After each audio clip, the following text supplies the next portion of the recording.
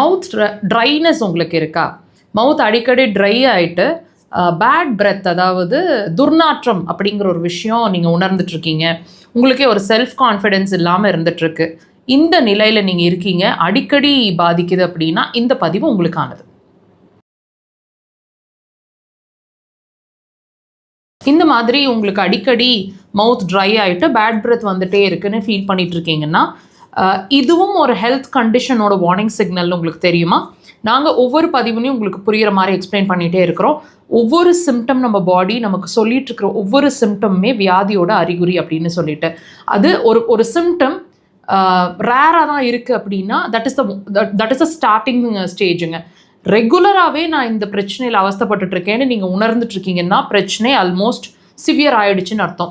அந்த வகையில் இந்த ப்ராப்ளம் அப்படிங்கிற ஒரு விஷயம், அதாவது உங்களோட bad breath and mouth dryness அப்படிங்கிற ஒரு விஷயம், உங்களோட மண்ணீரல், அடுத்தது உங்களோட இரைப்பை, இந்த 2 ப்ராப்ளம், அந்த 2 உறுப்பு சார்ந்த பிரச்சனை இருக்குது அல்லது வரப்போகுது அப்படின்றதுக்கான, அல்லது சிவியர் ஆக போகுது அப்படின்றதுக்கான ஒரு அறிகுறியாக இருக்கும்.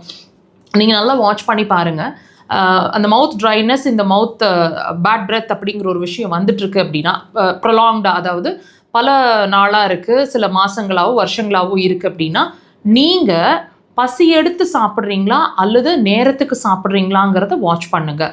கண்டிப்பாக ருசிச்சோ பசிச்சோ சாப்பிட மாட்டீங்க. சாப்பாடு மண் மாதிரி இருக்கும்.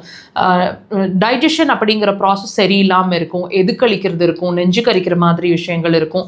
தூக்கம் ஒன்று அதிகப்படியான தூக்கம், பர்டிகுலராக சொல்லணும்னு சொன்னால் காலை உணவு எடுத்த உடனே தூக்கம் வர்ற மாதிரி ஒரு நிலை இருக்கும். ரொம்ப ட்ரௌசியாக இருப்பீங்க மார்னிங் ஹவர்ஸ்.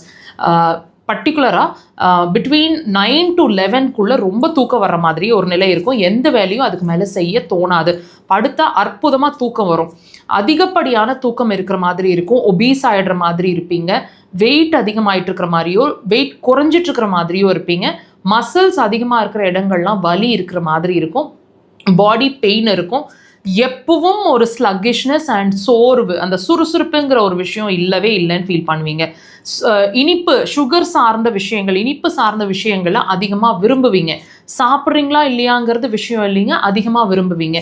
ஸோ இது எல்லாமே சின்ன சின்ன விஷயங்கள் நீங்கள் உங்களுக்கு நீங்களே செக் பண்ணிக்கலாங்கிற வகையில் நாங்கள் சொல்லிகிட்ருக்குறோம். தயவு செய்து இதை அண்டர்ஸ்டாண்ட் பண்ணிக்கோங்க. ஒவ்வொரு விஷயத்துக்கும் இம்பார்ட்டன்ஸ் கொடுங்க. அப்போ உங்கள் ஹெல்த், உங்களோட வைட்டல் ஆர்கன்ஸ் அளவுக்கு பாதிக்காமல் நம்ம பார்த்துக்க முடியும்.